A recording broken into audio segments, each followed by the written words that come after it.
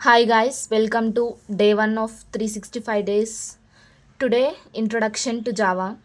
First, why do we need a programming language? అసలు ఒక programming language ఎందుకు అంటే ఒక ప్రోగ్రామింగ్ లాంగ్వేజెస్ అనేది మనం అప్లికేషన్స్ బిల్డ్ చేయడానికి యూజ్ చేసుకుంటాం. అసలు అప్లికేషన్స్ అంటే ఏంటి? ఒక అప్లికేషన్ అంటే కలెక్షన్ ఆఫ్ ప్రోగ్రామ్స్. దాంట్లో ప్రోగ్రామ్ అంటే ఏంటి అంటే కొన్ని సెట్ ఆఫ్ ఇన్స్ట్రక్షన్స్ లైక్ మనకు ఆ యాప్లో ఎలాంటి రిక్వైర్మెంట్స్ ఉండాలి అని రాసుకునే ఒక సెట్ ఆఫ్ ఇన్స్ట్రక్షన్స్ రాయడానికి మనం ఒక ప్రోగ్రామింగ్ లాంగ్వేజెస్ అనేది యూజ్ చేయాలి. అదే ప్రోగ్రామ్. సో ఆ ప్రోగ్రామింగ్ లాంగ్వేజ్ అనేది మనం ఇప్పుడు జావాని చూస్ చేసుకున్నాం. సో ఫైనల్గా జావా అనేది ఎందుకు యూజ్ చేసుకుంటామంటే to build the applications like mobile applications, desktop applications, web applications.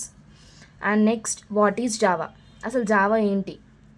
Java అనేది ఒక ప్రోగ్రామింగ్ లాంగ్వేజ్ అండ్ దాన్ని యూజ్ చేసుకొని మనం డిఫరెంట్ టైప్ ఆఫ్ అప్లికేషన్స్ అనేవి బిల్డ్ చేసుకుంటాం.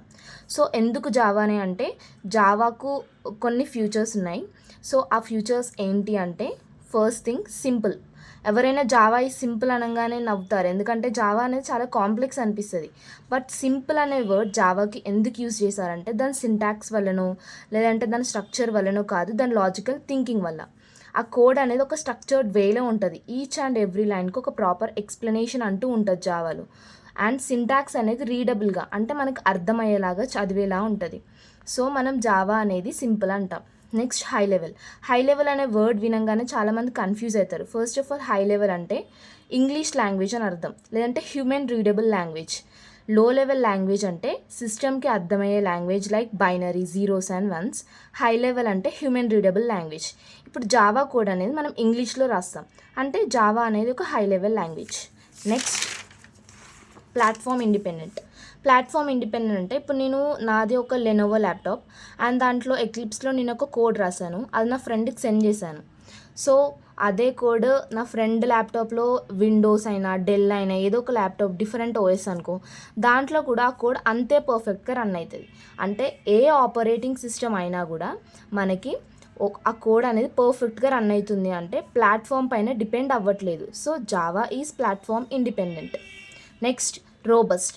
రోబస్ట్ అనే వర్డ్కి మీనింగ్ ఏంటంటే స్ట్రాంగ్ అండ్ స్టేబుల్. జావాని ఒక స్ట్రాంగ్ ప్రోగ్రామింగ్ లాంగ్వేజ్ అంటాం. ఎందుకు అంటే ఫర్ ఎగ్జాంపుల్ ఇప్పుడు ఒక బ్రిడ్జ్ స్ట్రాంగ్గా ఉందనుకో, దానిపైన ఎన్ని నెంబర్ ఆఫ్ హెవీ వెహికల్స్ వెళ్ళినా కూడా అది కొలాప్స్ అవ్వదు, లేదంటే దానికి ఎలాంటి డ్యామేజ్ అవ్వదు. అలానే జావా అనేది ఒక strong programming language.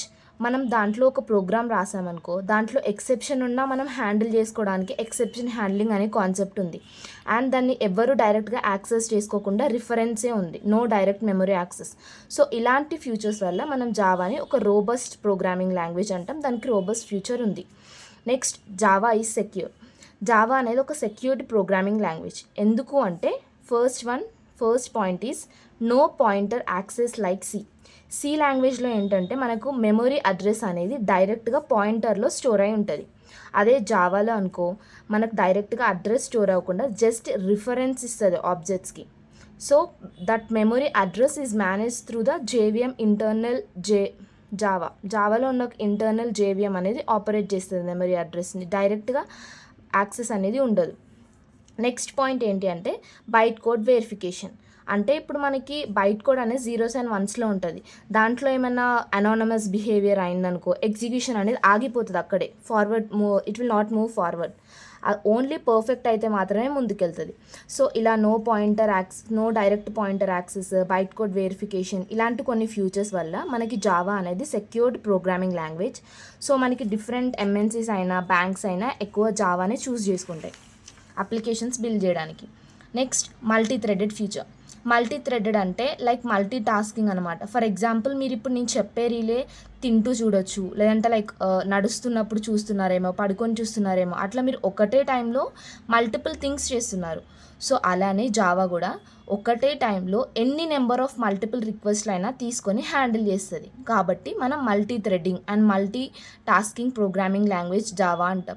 For example book my show. ఈ బుక్ మై షో యాప్లో మల్టిపుల్ పీపుల్ రిక్వెస్ట్ చేస్తారు డిఫరెంట్ సీట్స్ బుక్ చేసుకోవడానికి. సో ఒకటే టైంలో అంతమంది ఎలా బుక్ చేసుకుంటున్నారంటే through multi threading concept. Next, the most important future is Java is object oriented. ప్రాక్టికల్గా అందరు అనుకుంటారు ఆబ్జెక్ట్ ఓరియంటెడ్ అంటే జావాలో ప్రతి ఒక్కటి ఆబ్జెక్టే ఉంటుందా, అసలు ఏం ఉండదా, ఎట్లా చెప్తాం ఆబ్జెక్ట్ ఓరియంటెడ్ ప్రోగ్రామింగ్ లాంగ్వేజ్ అని. ప్రాక్టికల్గా చూస్తే మనకు జావాలో ఒక ప్యాకేజ్ ఉంటుంది, java.lang ప్యాకేజ్ అని. దాంట్లో ఒక క్లాస్ ఉంటుంది, క్లాస్ నేమే ఆబ్జెక్ట్.